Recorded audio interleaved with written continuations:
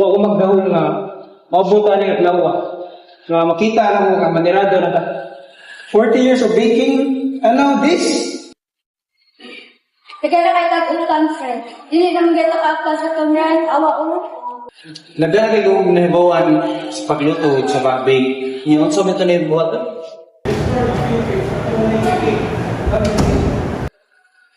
Boss, wala gini-order na ito, boss.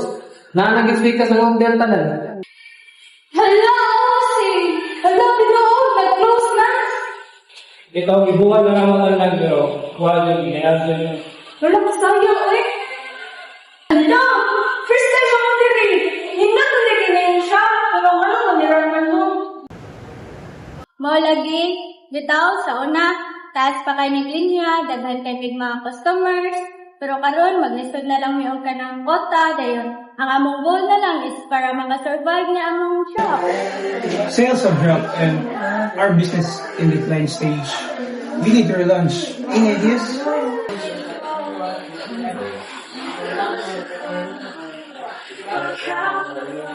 We should switch to continuous flow. It helps reduce waste and keeps the cakes fresh.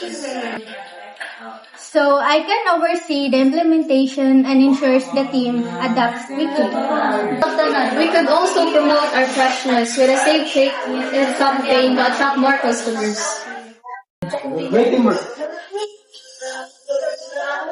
Let's push this plan forward and introduce our shop stronger than ever.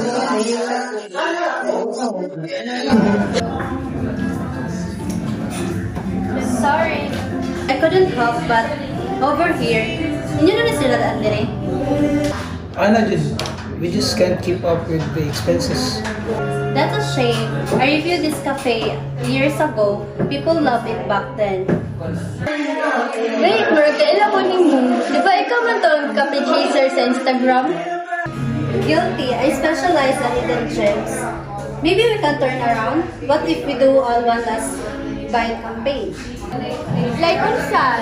Like a farewell sales? Exactly. We can post throwback photos, get customers to share their best memories here. Sakto, para mabalik ato ang classic cakes unya magkadugay magasikat na zata.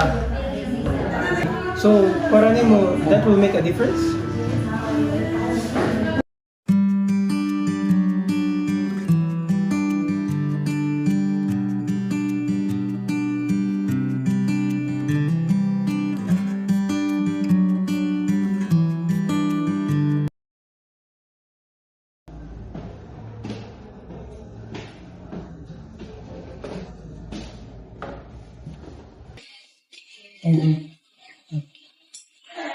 Excuse me, sir. Ikaw ba ito ang kaliya sa cake?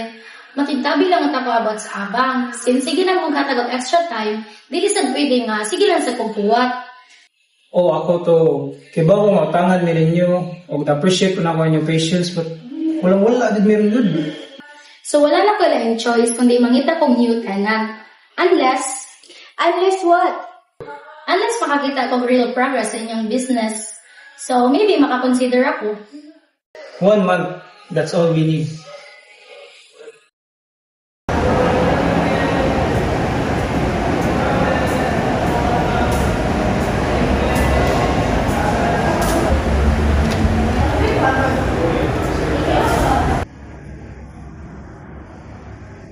So, nakadama mo babahin sa inyo sa sitwasyon mo.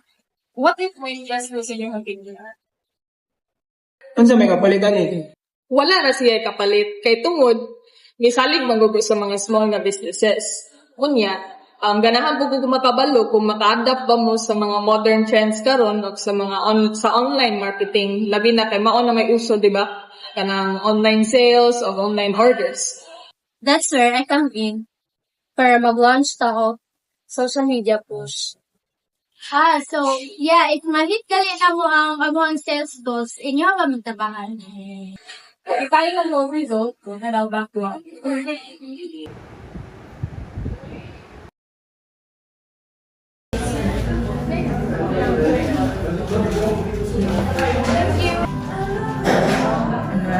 So mga na niya mo ang memory bites, inspired sa original recipe.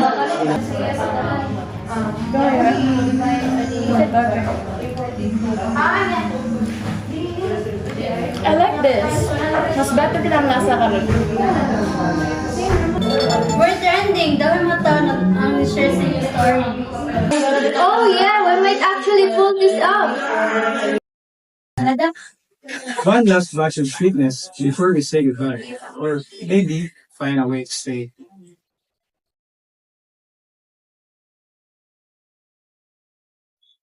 In a vicious cycle, declining revenue leads to cost pressure and reduced customer loyalty, which in turn hastens the decline, leaving the community to rally in a last desperate bid to preserve a cherished institution. The decline process is shown through a combination of mounting financial pressure, dwelling customer support, and stiff competition from larger competitors. This economic downturn, coupled with the loss of loyal customers and inability to keep up with the modern market trends, creates an emotional and operational crisis for the cake shop, prompting a last-ditch effort by the community to rally support and possibly turn things around.